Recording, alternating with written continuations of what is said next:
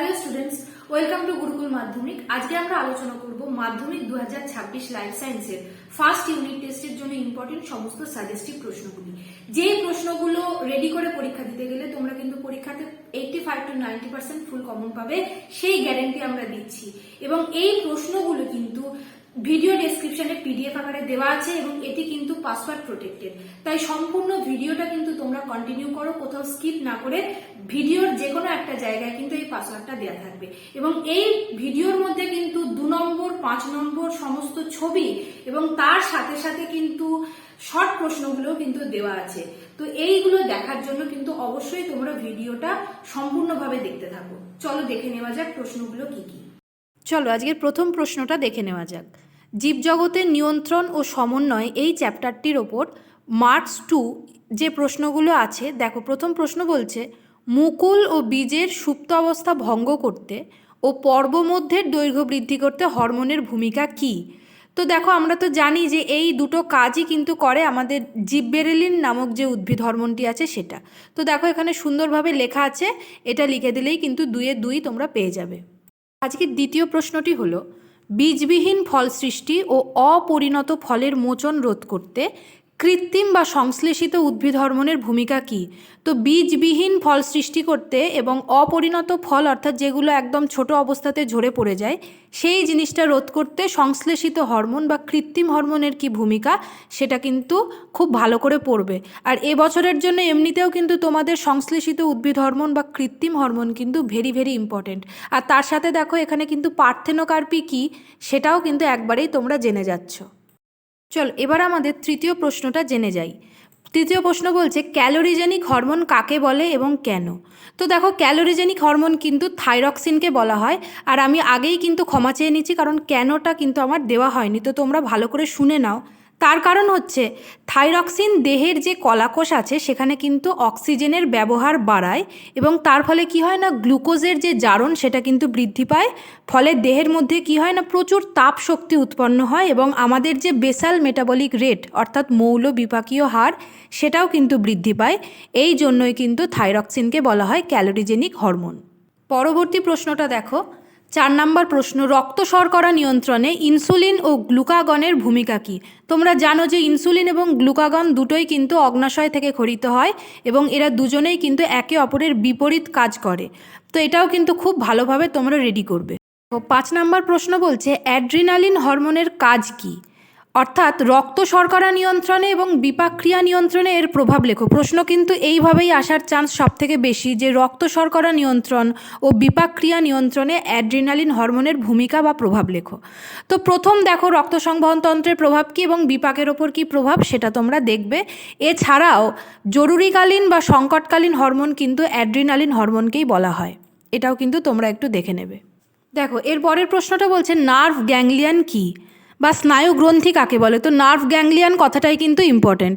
তো দেখো ছবিটাও কিন্তু খুব সুন্দরভাবে এখানে দেওয়া আছে, অর্থাৎ আমাদের নিউরনের যে কোষ দেহ সেটা একত্রিত হয়ে কেন্দ্রীয় স্নায়ুতন্ত্রের বাইরে যে আবরণী যুক্ত হয়ে যে একটা স্ফীত অংশ তৈরি করে সেটাকেই কিন্তু বলা হয় নার্ভ গ্যাংলিয়ান বা স্নায়ু গ্রন্থি। দেখো পরের প্রশ্নটা বলছে দরজায় ঘণ্টা বাজার শব্দ শুনে তুমি যেভাবে দরজা খুলবে সেই স্নায়বিক পথটা একটা শব্দ ছকের মধ্যে দিয়ে দেখাও। এই প্রশ্নটা কিন্তু ভেরি ভেরি ইম্পর্টেন্ট, খুব ভালোভাবে রেডি করবে। তো প্রথম দেখো সেটা হচ্ছে শব্দ তরঙ্গ, যেটা কিন্তু আমাদের কান গ্রহণ করছে এবং তারপর কিন্তু আমাদের যে সংঘবহ নিউরন, তারপর স্নায়ু কেন্দ্র এবং তারপর আমাদের যে বহির্বাহী নিউরন তথা আমাদের যে কারক অংশ সেই জায়গায় কিন্তু পৌঁছাচ্ছে। এই জিনিসটা কিন্তু খুব ভালোভাবে তোমরা লক্ষ্য করবে। এবং এটা ছাড়াও মাধ্যমিক 2026-এর আগেও আমরা কিন্তু প্রিমিয়াম কোয়ালিটির সাজেশান প্রকাশ করব, তোমরা কিন্তু অবশ্যই আমাদের সাথে থেকো। আর এই প্রশ্নগুলো পড়লে তোমরা কিন্তু একদম 90 আপ কমন পাবে, এইটুকু গ্যারেন্টি আমরা দিচ্ছি। পরের প্রশ্নটা বলছে মানব মস্তিষ্কে থ্যালামাস ও লঘু মস্তিষ্কের ভূমিকা কী? তো দেখো থ্যালামাসের এইখান থেকে কিন্তু মেনলি শর্ট প্রশ্ন আসে। তো থ্যালামাসের প্রধান কাজ তোমরা দেখতেই পাচ্ছ যে রিলে স্টেশন হিসেবে কাজ করে, এটা কিন্তু শর্ট প্রশ্নের জন্যও ভিভিআই। আর তোমরা জানো যে লঘু মস্তিষ্কের তো মেন ভূমিকাই হচ্ছে আমাদের দেহের যে ভারসাম্য রক্ষা করা। এছাড়াও যে কাজগুলো আছে সেই কাজগুলো তোমরা দেখে নেবে একটু ভালো করে। এর পরের প্রশ্নটা বলছে মেনিনজেস ও সিএসএফ এর অবস্থান ও কাজ লেখো। মেনিনজেস ও সিএসএফ অর্থাৎ কিন্তু সেরিব্রোস্পাইনাল ফ্লুইড, যেটা আমাদের ব্রেন অর্থাৎ মস্তিষ্ক তথা কেন্দ্রীয় স্নায়ুতন্ত্রকে যে সুরক্ষা প্রদান করে, অর্থাৎ মস্তিষ্ক তথা সুষুম্না কাণ্ডকে সুরক্ষা প্রদান করে এইটা। এবং তার পরের প্রশ্নটা তোমরা ধরে রাখো, কিন্তু তোমরা ফাইনাল পরীক্ষাতেও পাচ্ছ কমন। তো এটা হচ্ছে চোখের বিভিন্ন প্রতিসারক মাধ্যমগুলির অবস্থান ও কাজ লেখো। প্রথম বাইরের দিক থেকে কর্নিয়া, তারপর হচ্ছে অ্যাকোয়াস হিউমার, তারপর হচ্ছে লেন্স এবং লাস্টে হচ্ছে ভিট্রিয়াস হিউমার। এইটা কিন্তু আমার চোখের যে ভিডিও করা আছে সেখানে কিন্তু খুব সুন্দরভাবে ছবি দিয়ে বোঝানো আছে, অবশ্যই কিন্তু তোমরা দেখে নেবে।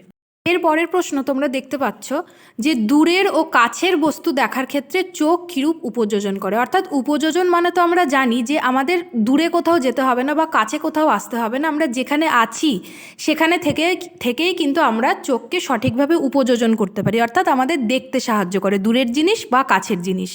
তো দূরের বস্তু দেখার ক্ষেত্রে কি হয় না, আমরা জানি যে লেন্স যেটা আছে সেটা কিন্তু সিলিয়ারি পেশি এবং সাসপেন্সারি লিগামেন্ট দিয়ে আটকানো থাকে। তো এদের তখন টান বৃদ্ধি পায়, লেন্স সরু ও লম্বা হয় এবং ফোকাস দূরত্ব বা ফোকাস দৈর্ঘ্য কিন্তু বাড়ে। আর কাছের বস্তু দেখার ক্ষেত্রে কি হয় না, সেই জিনিসগুলোই ঠিক বিপরীত হয়, অর্থাৎ সিলিয়ারি পেশির সংকোচন, সাসপেন্সারি লিগামেন্টের টান কম হয় এবং লেন্স আরও বেশি উত্তল হয় এবং ফোকাস দূরত্ব কমে, অর্থাৎ কি না এদের মাঝের যে ব্যাসার্ধটা সেটা কিন্তু বাড়তে থাকে। ছবিটাও অবশ্যই ভালো করে দেখে নিও। এই সংক্রান্ত ভিডিও কিন্তু আমার ইউটিউব চ্যানেলে করা আছে। শুধু এটা নয়, দূরের বস্তু বা কাছের বস্তু নয়, মায়োপিয়া, হাইপারমেট্রোপিয়া, প্রেস বায়োপিয়া এই সম্পর্কে, এই ছবিগুলো সম্পর্কেও কিন্তু খুব সুন্দরভাবে বোঝানো আছে, অবশ্যই তোমরা কিন্তু দেখে নিতে পারো। পরের প্রশ্ন তোমরা দেখতে পাচ্ছ স্ক্রিনে যে মায়োপিয়া ও হাইপারমেট্রোপিয়া কি। অর্থাৎ মায়োপিয়া অর্থাৎ দূরদৃষ্টির ত্রুটি, আমাদের যাদের দেখতে সমস্যা হয় দূরের জিনিস সেটা, এবং কাছের জিনিস দেখতে সমস্যা হয় সেটা। এটাও কিন্তু চ্যানেলে করা আছে ভিডিও, তোমরা দেখে নিতে পারো।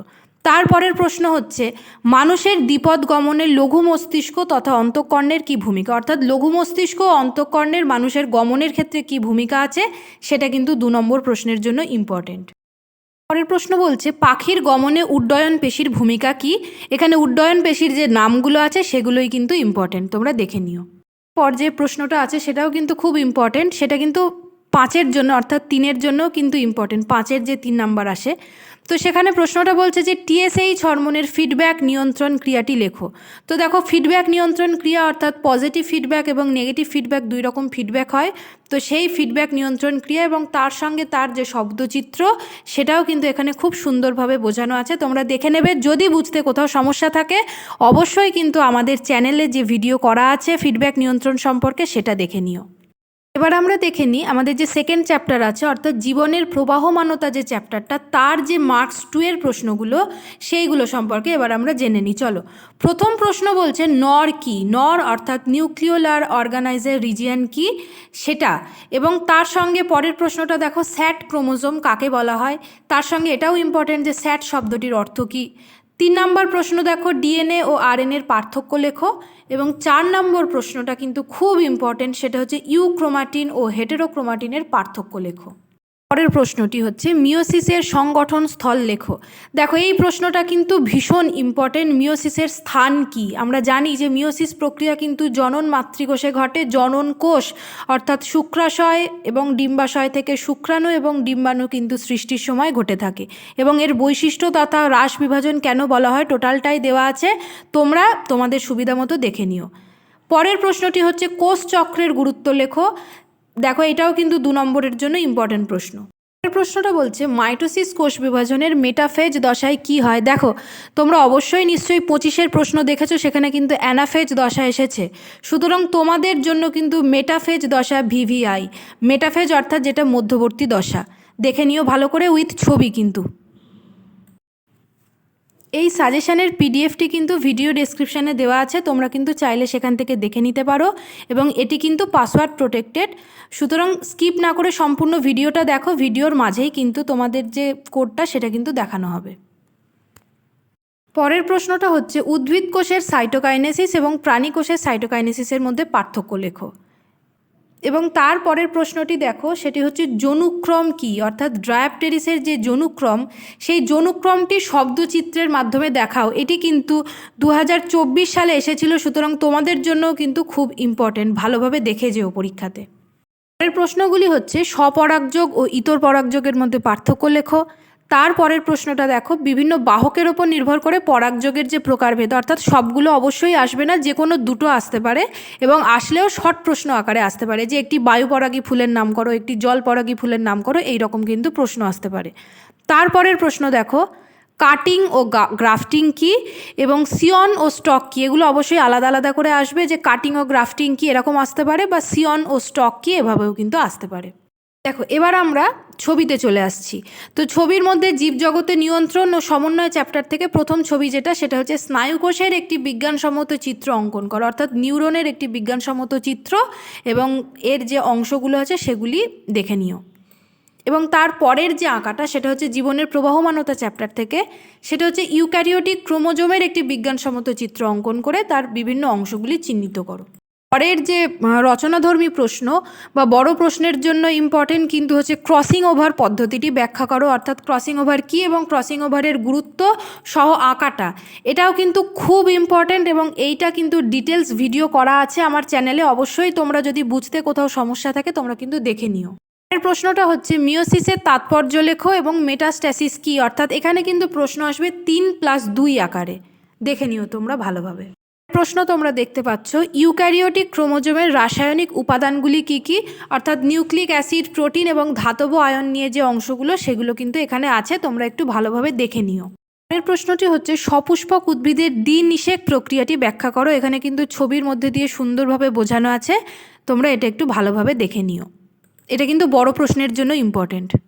এখানে এবার তোমরা শর্ট প্রশ্নগুলো দেখতে পাচ্ছ, জীবজগতের নিয়ন্ত্রণ ও সমন্বয় এবং জীবনের প্রবাহমানতা এই চ্যাপ্টার থেকে শর্ট প্রশ্নগুলো তোমরা এখানে দেখতে পাচ্ছ। এগুলো কিন্তু আমি আর নতুন করে বললাম না, এইগুলো কিন্তু ভিডিও ডেসক্রিপশানে যে পিডিএফটা থাকবে সেখান থেকে কিন্তু তোমরা শর্ট প্রশ্নগুলো ভালোভাবে রেডি করে নিও।